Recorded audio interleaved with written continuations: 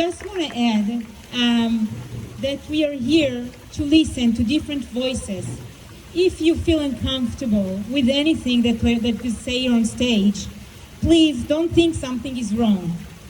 These events are enabling us to share narratives and listen and to create a dialogue and expand the conversation, because we don't think a change will come if we stick to our own narratives. It's our ability to accept different narratives that can live together.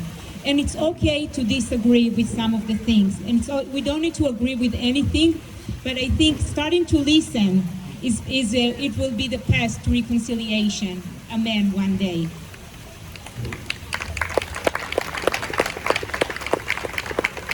I want to invite San Francisco native Paul Totah. He's the son of Palestinians from Ramallah. His father, John B. Totah, was early member of the Living Room Dialogue Group, which brought together Bay Area Palestinians and Jews. He is a poet, educator, journalist, and novelist who has written about the conflict in the region, including a number of poems, of which he will share with us today. Please welcome Paul Totah.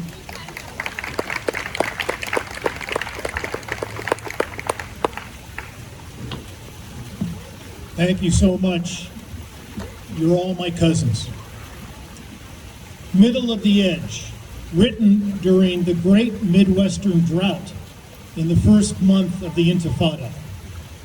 I live in Pacifica, on the cliff edge of a green continent. My mother moved here from the Midwest.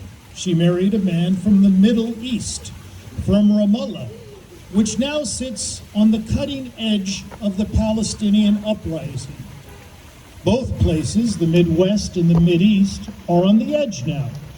The Midwest suffers from dry skies turning blue dirt clods to gray ash one might find at the edges of deserts.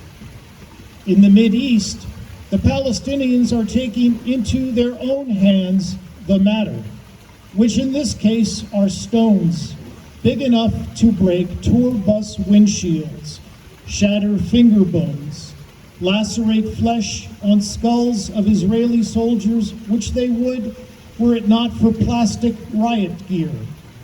These soldiers fire back with plastic non-lethal bullets that lacerate kidneys, shred lung tissue, puncture heart muscles, break bones.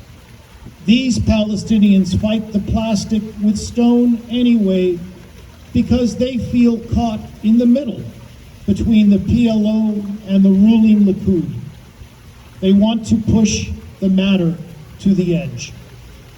Out here in Pacifica, I feel in the middle of some spinning center, everything moving but me, while blue waves wash polished stones and plastic bottles wordlessly onto Rockaway Beach. Gaza. So don't call it genocide. Call it the slaughter of innocents. Not Herod this time, but another man running from his own evil by hiding behind a stack of bodies piled like kindling. No need to call it genocide.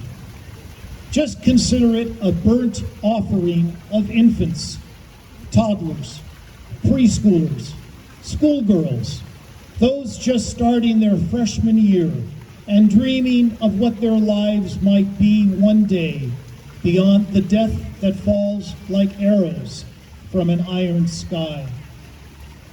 Let's not call it genocide.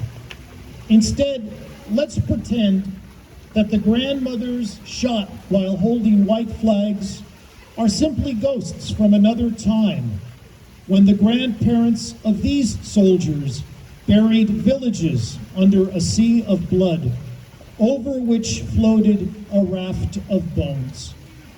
Think of this, if you wish, as stop-motion murders, and count those who died decades ago, years ago, just yesterday, right now, and imagine the faces of the dead who will join them after disease and famine make their rounds.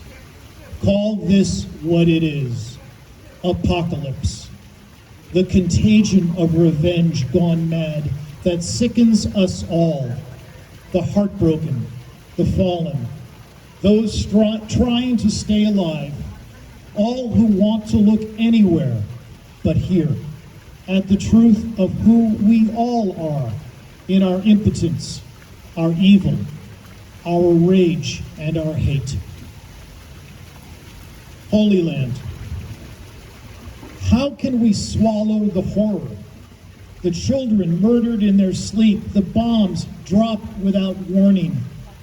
Leveling is a poor word for the imbalance created by the anonymous slaughter. Only blood and scraps of flesh, the remnants of ones we love, lost for time immemorial. We will build memorials one day to remember to weep.